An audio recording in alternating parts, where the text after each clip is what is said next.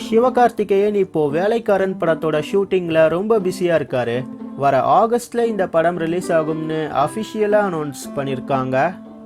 வருத்தப்படாத வாலிபர் சங்கம், ரஜினி முருகன் படங்களை எடுத்த பொன்ராம் டைரக்ஷன்ல சிவகார்த்திகேயன் நெக்ஸ்ட் ஒரு படத்துல நடிக்க போறாரு. அந்த படத்துல சமந்தா ஹீரோயினா நடிக்க போறாங்க.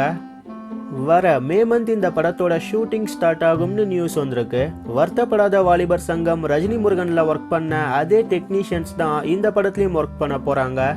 இதே மாதிரி சினிமா நியூஸை நீங்க தெரிஞ்சுக்க சப்ஸ்கிரைப் பண்ணுங்க ட்ரெண்ட்ஸுட் டிவிக்கு.